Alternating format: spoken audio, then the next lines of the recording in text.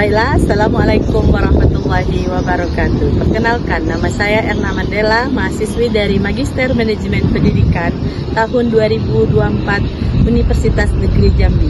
Di sini, saya akan menyelesaikan tugas akhir semester dengan dosen pengampu saya, yaitu Profesor Dr. Opian Ramli SAG MAG dengan mata kuliah Filsafat Pendidikan. Di sini kita akan menjelaskan tentang hubungan filsafat pendidikan dengan agama. Filsafat pendidikan dan agama memiliki hubungan yang sangat erat, saling mempengaruhi dan melengkapi.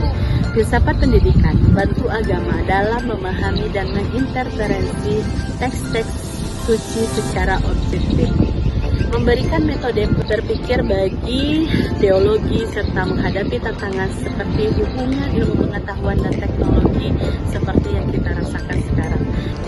Baiklah, di sini saya akan membahas tentang makna dan hubungan ontologi, aksiologi, dan epistemologi.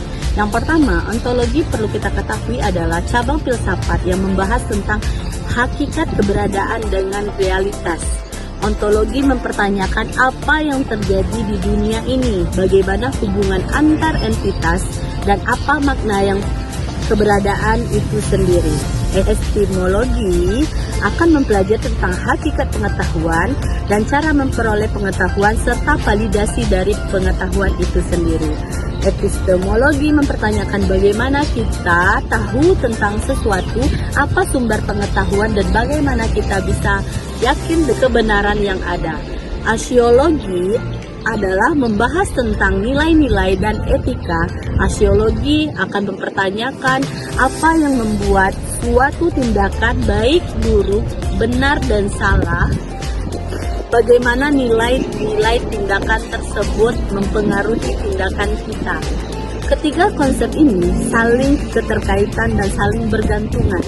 Ontologi membantu kita akan memahami tentang realitas kehidupan, sedangkan epistemologi membantu memperoleh pengetahuan tentang realitas yang kita hadapi, dan aksiologi akan membantu memahami nilai-nilai yang mempengaruhi tindakan yang kita lakukan, yang memberikan petunjuk tentang tujuan hidup manusia dan sumber pengetahuan tentang moral dan nilai-nilai yang ada pada kehidupan. Filsafat pendidikan dengan metode kritisnya dapat membantu menganalisis struktur dan manfaat sistem pendidikan, menjawab permasalahan praktik pendidikan, dan mengkaji peran lembaga pendidikan dalam masyarakat. Seperti yang kita rasakan sekarang ini, bahwa pendidikan sangat penting di dalam suatu peradaban seperti sekarang ini, dan agama menjadi landasan bagi pendidikan itu sendiri. Bahas poin yang ketiga, yaitu pandangan terhadap dunia pendidikan. Bagaimana sekarang ini terdapat berbagai banyak pandangan terhadap dunia pendidikan di Indonesia saat ini. Beberapa orang merasa bangga dengan masa lalu yang gemilang, namun harus bijaksana dalam melihat kondisi sekarang. Prestasi akademis anak bangsa masih tertinggal dibandingkan negara lain. Bahkan di Asia Tenggara, idealisme para lulusan pendidikan seringkali sirna karena masuk ke dalam dunia politik dan kekuasaan, tergoda oleh duniawi dan mengabaikan nilai-nilai kebenaran. Salah satu tokoh yang terkenal pada dunia pendidikan yaitu Ki Hajar Dewantara, yang mengatakan bahwa pentingnya among, yang artinya mengasuh dan mengembangkan potensi anak secara dinamis, natural, tanpa mengabaikan kondisi fisik dan sosial dari anak tersebut. Salah satu contoh yang pernah kita lalui bersama yaitu pada masa COVID-19, pandemi tersebut yang seluruh dunia merasakan dampaknya, yang menghadirkan tantangan baru bagi dunia pendidikan, seperti hambatan teknologi dan akses internet. Kemudian, disitulah para ahli untuk terus melakukan inovasi memanfaatkan pandemi tersebut yang seluruh dunia merasakan dampaknya, yang menghadirkan tantangan baru bagi dunia pendidikan, seperti hambatan teknologi dan akses internet.